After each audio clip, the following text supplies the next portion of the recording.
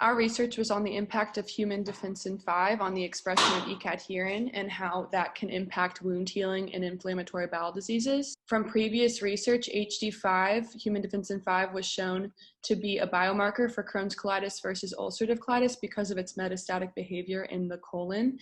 And usually within wound healing in the colon, you're going to have matrix metalloproteinases, MMPs, that are going to cleave matrix proteins. And that's a necessary process for endothelial cells to become motile and bind to one another so that wound healing can occur. We wanted to see if HD5 slows this process.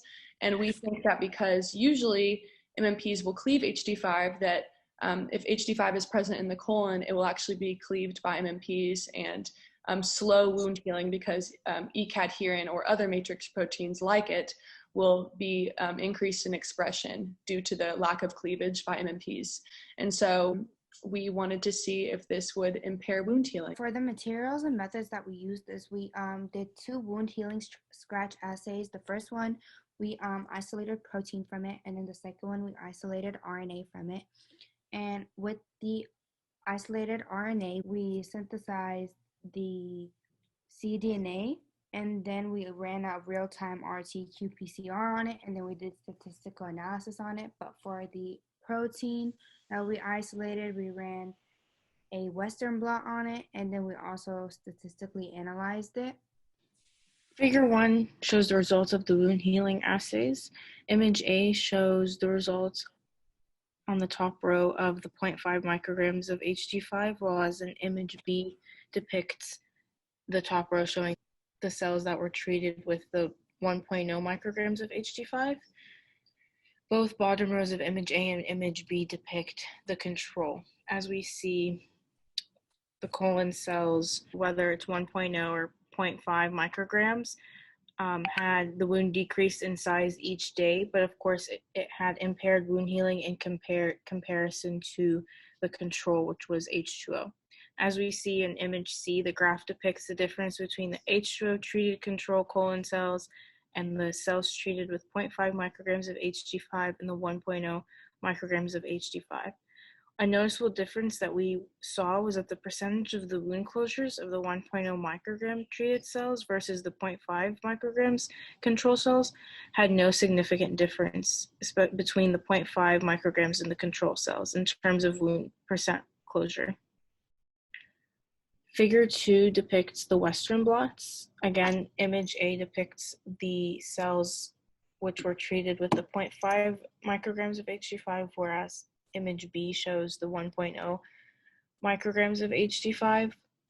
The colon cells that were treated the 0.5 micrograms of HD5 had an increase in E-cadherin expression, but the ones that were treated with 1.0 micrograms of HD5 had no noticeable increase with E-cadherin expression versus the control. Image C shows the difference in E-cadherin expression levels in the control and between the 0.5 micrograms and the 1.0 micrograms of HD5, and there was no statistical significance in comparison to the 3. And then finally, figure 3 depicts the real-time RT-qPCR. It shows the difference in fold changes of E-cadherin expressions between the H2O, the 0.5 micrograms and the 1.0 micrograms of HD5 treated samples. And again, there was no statistical significance between the fold changes that were observed. For our research, we want to look at E-cadherin in relation to HD5 to see if HD5 would increase or decrease the expression of E-cadherin, specifically anticipating maybe an increase in E-cadherin expression. Due to the results that we saw, though, there was none that were statistically significant, and so because of that, didn't really come to any major conclusive results from that, but we did see signs of impaired wound healing directly within the naked eye. But then we actually did the measurements through the analysis. We saw that, again, there wasn't a huge significant difference With the Western blots, though, specifically with the 0.5 microgram treated cells, we did have an increase, though, in the E-cadherin expression, as we previously would have thought, in comparison to the control cells.